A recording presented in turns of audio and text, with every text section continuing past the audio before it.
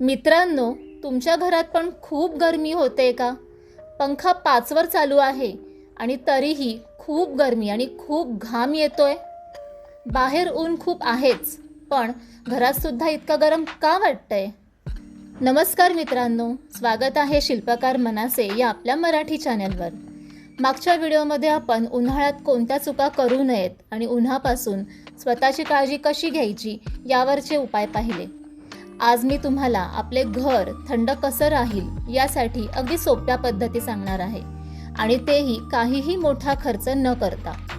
पहिला उपाय आहे पंख्याचा स्मार्ट वापर करा.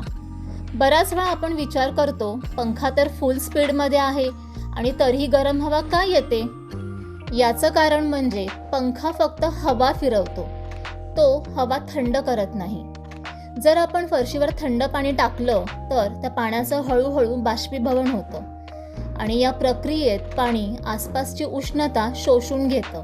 म्हणून फरशी आणि आसपासची हवा थोडी थंड होते आणि पंखा ही थंड झालेली हवा फिरवतो, म्हणून त्या खोलीतील हवा थंड वाटायला मदत होते.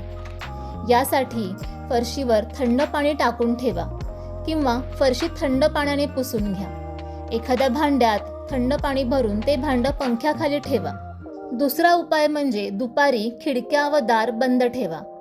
दुपारच्या उन्हात गरम हवा आत येते, त्यामुळे दुपारच्या वेळेत खिडक्या बंद ठेवा. सकाळी आणि रात्री त्या उघड्या ठेवा. तिसरा उपाय म्हणजे घराभोवती झाडे लावा. घराभोवती झाडे लावल्याने सावली मिळते, त्यामुळे तापमान आपोआप कमी होतं. शिवाय झाडांमुळे हवा थंड राहण्यास मदत होते.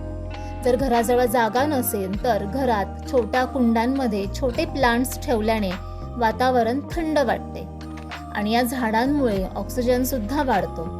चौथा उपाय म्हणजे घराबाहेर पाणी शिंपडा. घराबाहेर अंगणात, टेरेसवर किंवा गच्चीवर पाणी शिंपडा. त्यामुळे लगेच थंडावा जाणवतो आणि हवा थंड राहते. पाचवा उपाय म्हणजे घरातील इलेक्ट्रॉनिक वस्तूंचा वापर कमी करा. घरातील टीव्ही, लाईट, चार्जर, मोबाईल यामुळे उष्णता वाढते. गरज नसताना इलेक्ट्रॉनिक वस्तू बंद ठेवा. तर मित्रांनो, उन्हाळ्यात घर थंड ठेवण्यासाठी हे सोपे उपाय तुम्हाला नक्की उपयोगी पडतील.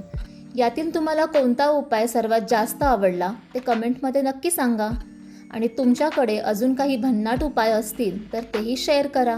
व्हिडिओ आवडला असेल तर लाईक करा, शेअर करा आणि सबस्क्राईब करायला विसरू नका. भेटूया पुढील व्हिडिओमध्ये. तोपर्यंत ऑल इज वेल.